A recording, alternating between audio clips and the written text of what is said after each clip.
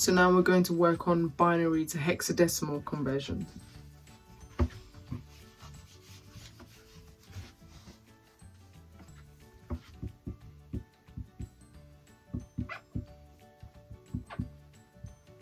And if you remember, hexadecimals are to the base 16. So those are numbers 0 to 15. And whenever we get to 10, once we get to 9, number 10 becomes letters A to F. So just to keep it in mind here, so we have 0, 1, 2, 3, 4, 5, 6, 7, 8, 9, and then when we get to 10, it's A, 11, B, 12, C, 13, 14, 15 is D, E, and F. Okay, so these are hexadecimals. Okay, so if we're given a number like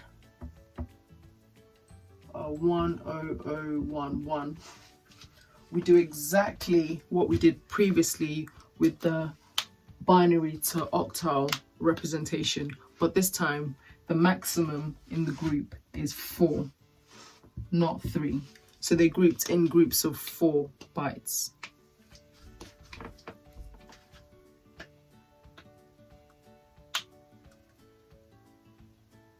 Okay, so if we're given 1011, the first thing we do is we start with the least significant bit, which is on the right hand side. Okay, 2. We group the numbers in groups of 4. Okay, so this is one group. Okay, but then now we see that there's 1 digit left and we need 3 more digits to make it a group of 4. Okay, so group in groups of 4. Then the third thing we need to do is, where there are outstanding numbers, okay, we add zeros on the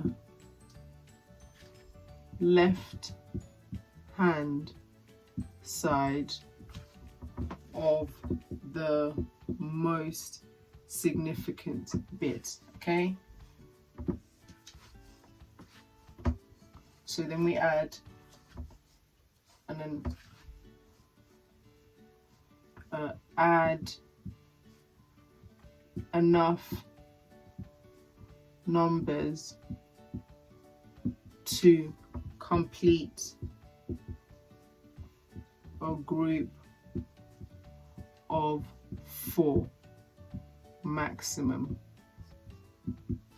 Okay, so here we have 1, so we need to add 3 more zeros on the left hand side of the most significant number. So 1, 2, 3, and that now makes it a group of 4.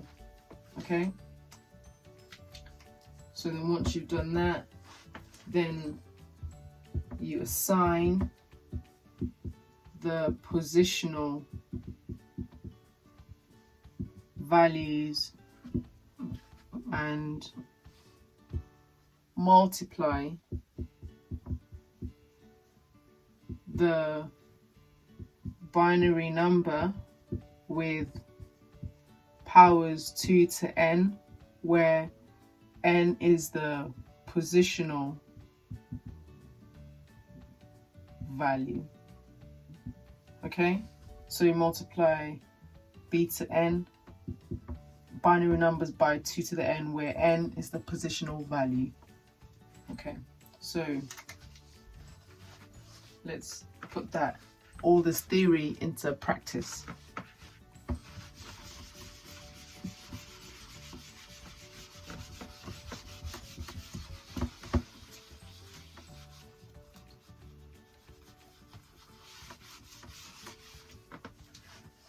So if we're given an example of 1001101,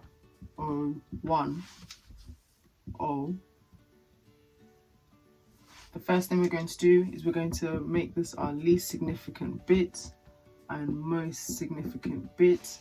Then we're going to group them into groups of 4. So 1, 2, 3, 4. This is one group. 1, 2, 3, 4. Oh no. Okay, this is perfect. So we're gonna add another 0 there. So that's 1, 2, 3, 4, and then 1, 2, 3, 4. Sometimes it is possible that it's a perfect number. Sometimes you have to add. So don't let them trip you up, okay? So 1, 2, 3, 4, and then 1, 2, 3, 4. You have to add the additional zeros on the left-hand side of the most significant number once again to make it one group. Then we put our positional values in, and remember they're all individual groups now. So it's 0, 1, 2, 3, and again 0, 1, 2, 3, 0, 1, 2, 3. So then the next thing we do is we start multiplying our binary number by powers to the n, where n is our positional value. Okay, so then we name it by the group. So this is group A, group B, and group C. So this is a crucial bit. Try not to make any mistakes. Use one hand to follow. So for group C, what do we have? We have a binary number 0 times 2 to the 0, 1 times 2 to the 1, 0 times 2 to the 2, 1 times 2 to the 3.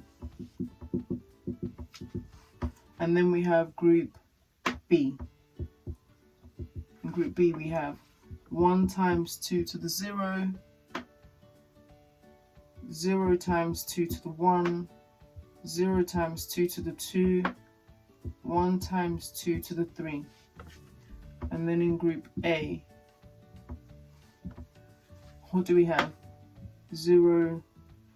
If we're quick on it, we can see that the fact that they were all zeros, the answer here will be 0. So we'll just write 0 to not waste time. So the answer for A is 0. Okay, now we'll figure out the rest. Start off with the easiest ones. Anything times 0 is 0. Okay, 2 to the 1 is 1 times 1 is 1. 2 to the 3, always refer back to your powers, is 8 times 1 is 8. 2 to the 1 again is 1. 2 to the 3 is 8. So this is 9. This is 9, and that's 0. So B is 9, the total, and C, the total, is 9 also. So that means the answer of binary to hexadecimal is 99 to the 16. However, we could be given a number that's more than 9, so that ranges between 10 and 15. I'll give you an example.